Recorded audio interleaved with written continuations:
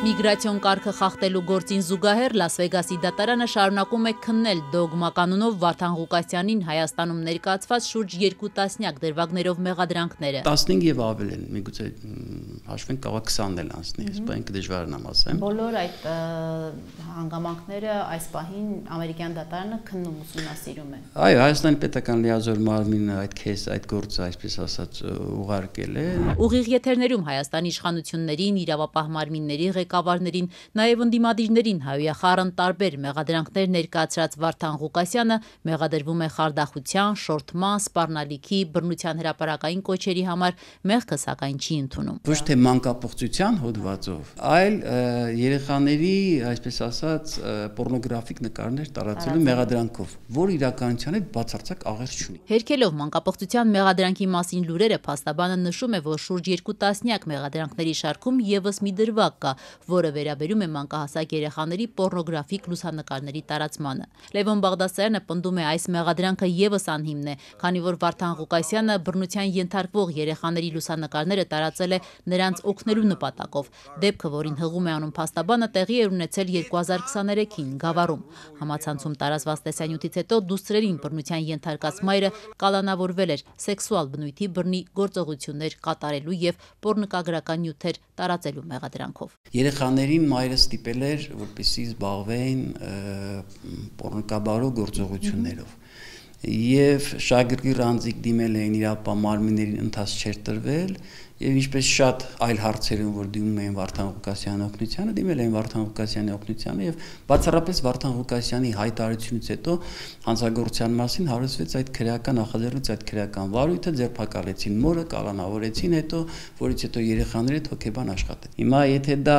մեր պետական լիազոր մարմինը դիտում է, որ երեխաների նկարները տարածեց, երեխաների նկարները ոչ թե տարածել, այլ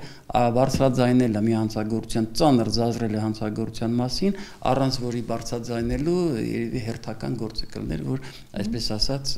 ջրերից դուրս չէր գա։ Մեղադրանքների այս փաթեթը ներկայացնելով ամերիկյան կողմին Հայաստանի դատախազությունը պահանջում է ԱՄՆ-ից արտահանձնել Վարդան Ղուկասյանին։ Մոտ 3 ամիս է ամերիկյան դատարանը ուսումնասիրում է դատախազության այս միջնորդությունը, սակայն առ այսօր վերջնական որոշում չի կայացրել։ Լաս Վեգասի դատարանը պետք է 2 որոշում կայացնի, նախ թե արդյոք Դոգ կուսակցության ղեկավարը խախտել է ԱՄՆ միգրացիոն կարգը եւ թե արդյոք հիմնավոր է նրան արտահանձնելու Հայաստանի իշխանությունների միջնորդությունը։ Ըստ ԱՄՆ մաքսային եւ միգրացիայի վարչության Ղուկասյանը 2022-ի փետրվարի 19-ին մուտք է գործել Միացյալ Նահանգներ, սակայն նախատեսված ժամկետում չի լքել երկիրը։ Միացյալ Նահանգների դատարանում դրա գնահատականը պետքա տան։ Ընդ որում ամերիկյան դատարանը որոշում կայացնելու համար շուրջ 2 տասնյակ դրվագներով մեղադրանքներին զուգահեռ ուսումնասիրում է նաև հայաստանյան դատարանի կողմից ավելի քան 10 տարի առաջ կայացրած մի դատավճիռ, որի շրջանակներում Վարդան Ղուկասյանը մեղավոր է ճանաչվել $50 չափով շորթման համար եւ դատապարտվել է ազատազրկման։ Խնդիրն այն է, որ ամերիկյան օրենսդրության համաձայն անձը, ով նախկինում դատապարտվել է քրեական հանցագործության համար,